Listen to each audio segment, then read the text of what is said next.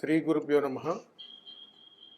2026 సంవత్సరంలో పరాభావనామ సంవత్సరం ఎలా ఉండబోతుంది, ఎలాంటి పరిణామాలు మనం ఎదుర్కోవాలి, ఎలాంటి జాగ్రత్తలు తీసుకోవాలి అనేటువంటి విషయాల గురించి ఈరోజు మనం మాట్లాడుకోబోతా ఉన్నాం. ఇప్పటి వరకు 12 రాశుల వారు ఈ విశ్వావసునామ సంవత్సరంలో అనేక రకాలైనటువంటి యోగాలు, ఇబ్బందులు, అనేక రకాల సమస్యలు, ప్రమాదాలు ఇవన్నీ మనం చూస్తున్నాం. మరి ఈ పరాభావనామ సంవత్సరంలో 2026లో 12 రాశులకు ఎలా ఉండబోతా ఉంది అనేటువంటి విషయం గురించి ఇప్పుడు మనం మాట్లాడుకుంటే, ఈ పరాభావనామ సంవత్సరంలో 12 రాశుల వారికి చాలా ప్రమాదకరమైనటువంటి పరిణామాలు ఎదుర్కోవాల్సి వస్తుంది. మొట్టమొదటిసారిగా ఎన్నడూ జీవితకాలంలో చూడలేనటువంటి యాక్సిడెంటులు, అదేవిధంగా ఆత్మహత్యలు, చెప్పుకోలేనటువంటి పరిస్థితుల వల్ల ఏర్పడేటువంటి సమస్యల వల్ల చక్కటి జీవితాలను పాడు చేసుకొని ఉద్యోగాలు, వ్యాపారాలు, అదేవిధంగా విద్యార్థి దశలో ఉన్నటువంటి వాళ్ళందరూ కూడా మనస్తాపనకు గురయ్యేటువంటి సంవత్సరం ఈ 2026వ సంవత్సరం. రాబోతున్నటువంటి సంవత్సరంలో ఇన్ని ప్రమాదాలు చెబుతున్నాము అని అంటే దాని పరమార్థం ఏమిటి అని అడిగితే, హెచ్చరిక, జరగబోయేటువంటి ఉపద్రవాల నుండి కాస్త మేలుకునేటువంటి ప్రయత్నం చేస్తారని చెప్పి ఈ యొక్క విషయాలను తెలియజేయడం జరిగింది. కాబట్టి 2026వ సంవత్సరంలో ఒక్కొక్క రాశి బలంలో ఉన్నటువంటి వారికి ఎలా ఉండబోతా ఉంది అనేటువంటి విషయం గురించి ఇప్పుడు మనం ప్రస్తావించుకుందాం. ఓవరాల్గా 2026 సంవత్సరంలో ఎక్కువగా రాష్ట్ర ప్రజలు వాతావరణము నుండి, వాహనముల నుండి ఎక్కువగా ప్రమాదాలు చిక్కుకునేటువంటి అవకాశాలు బలంగా ఉన్నాయి. మరియు 2026 సంవత్సరంలో స్కూల్ పిల్లల బస్సులు చాలా జాగ్రత్త పాటించండి, అవి కూడా ప్రమాదాలకు గురయ్యేటువంటి అవకాశాలు ఉన్నాయి. ఇప్పుడు ఒక్కొక్క రాశి గురించి మనం తెలుసుకున్నట్టయితే,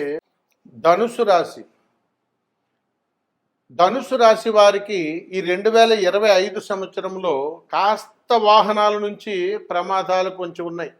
ఇదంతా అయిపోయింది. 2026 సంవత్సరంలో ధనుసు రాశి వారికి ఎలా ఉండబోతుంది? వీరికి ఒక బలహీనత ఉంటుంది, ఎక్కువగా పొగుడుతూ ఉండాలి. ఈ 2000 అవకాశాలు ఉన్నాయి. మరియు ఈ ధనుసు రాశి వారికి దీర్ఘకాలికముగా, అంటే ఎప్పటి నుంచో చాలా రుణ బాధల్లో చిక్కుకుపోతుంటారు. స్థిరత్వం ఉండదు. ఉద్యోగ ప్రయత్నాలు చేస్తారు కానీ ప్రశాంతత ఉండదు. ఎక్కడ చేసినా ఒక 6 నెలలో, 7 నెలలో, సంవత్సరమో అంతే. మళ్ళా కొత్త వ్యాపారాల వైపు పరిగెడుతూ ఉంటారు. లేదంటే ఉద్యోగం చేస్తే వ్యాపారం చేస్తాను, వ్యాపారం చేస్తే మళ్ళీ ఏదైనా ఉద్యోగం చేస్తాను అనేటువంటి మనస్తత్వం కలిగి వీళ్ళు ఉంటారు. మరి వీరికి యోగం ఎలా వస్తుంది అని అడిగితే, 2026 సంవత్సరంలో ఈ ధనుసు రాశి వారు కుటుంబ సభ్యులలో మంచి గుర్తింపు కోసం ప్రయత్నం చెయ్యాలి. అలా కానీ చేస్తే వీరు తల్లిదండ్రుల పట్ల, పెద్దల పట్ల మంచి గౌరవాన్ని కలిగి ఉండాలని ఖచ్చితంగా చెబుతుంటాం.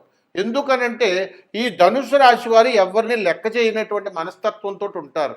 చాలా అరుదుగా, అంటే 10 మందిలో ఒక 2-3 మాత్రమే చక్కటి విధానంతో ఉంటారు. మిగిలిన వాళ్ళందరూ కూడా నిస్సత్తువతోటి, నిరుత్సాహముతోటి, ఒంటరి జీవితంతో, నాకెవ్వరూ లేరు అనేటువంటి తత్వంతో వీళ్ళు బ్రతుకుతూ ఉంటారు. కాబట్టి 2026 సంవత్సరం పరాభావనామ సంవత్సరంలో ధనుసు రాశి వారికి ఒక వాహన యోగం జరుగుతుంది.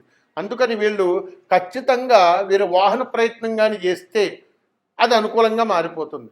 వీరికి గృహయోగం అనేటువంటిది ఒక కలగానే ఈ 2026లో ఉండబోతా ఉంది.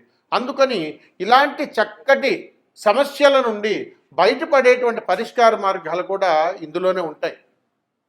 ఈ ధనుసు రాశి వారు రాజకీయ రంగంలో కానీ ఎవరైనా ఉన్నట్టయితే మరి వీరికి ఎలాంటి యోగం ఉంటుంది అని అడిగితే, ధనుస్సు రాశి వారికి రాజకీయ యోగంలో ఉన్నటువంటి వాళ్ళు ఆర్థిక సంక్షోభంలో ఇరుక్కుపోయేటువంటి అవకాశాలు కూడా ఉన్నాయి.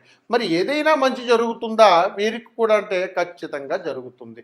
ఎప్పుడు జరుగుతుంది అని అడిగితే, ధనుస్సు రాశి వారికి 2026 పరాభావన సంవత్సరంలో సంవత్సర ప్రారంభం నుంచి మొదటి 6 నెలలు మాత్రమే ఇబ్బందులు ఉన్నాయి. తర్వాత 6 నెలలు కూడా వీరు ఏదైతే ఎదురు చూస్తున్నారో, ఏ యోగం కోసం వీరు తహతహలాడుతున్నారో అంతటి యోగకరమైనటువంటి అనుగ్రహాన్ని వీరు పొందుతారు. మరి ఇలాంటి చిక్కుల్లో ఉన్నప్పుడు దీని నుంచి ఎలాంటి పరిష్కార మార్గం మనం చేసుకుంటే బయటపడతాము అనేటువంటి విధానం గురించి కానీ మనం మాట్లాడుకున్నట్టయితే, ఈ ధనుసు రాశి వారు చక్కటి పరిష్కార మార్గాన్ని ఇక్కడ ఆచరణ చేయాలి.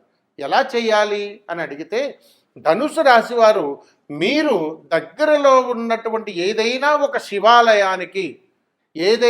శివాలయానికి అమావాస్య రోజున వెళ్ళి మీరు 9 ప్రదక్షిణలు చేసి తిరిగి ఇంటికి వచ్చిన తరువాత మీ స్వహస్త్రాలతోటి ఏదైనా ఒక ప్రసాదాన్ని గృహంలో సిద్ధం చేసుకుని దానిని పిల్లలకు పంచేటువంటి ప్రయత్నం చెయ్యండి. అంటే బాలలకు పంచాలి అని ఉంటుంది.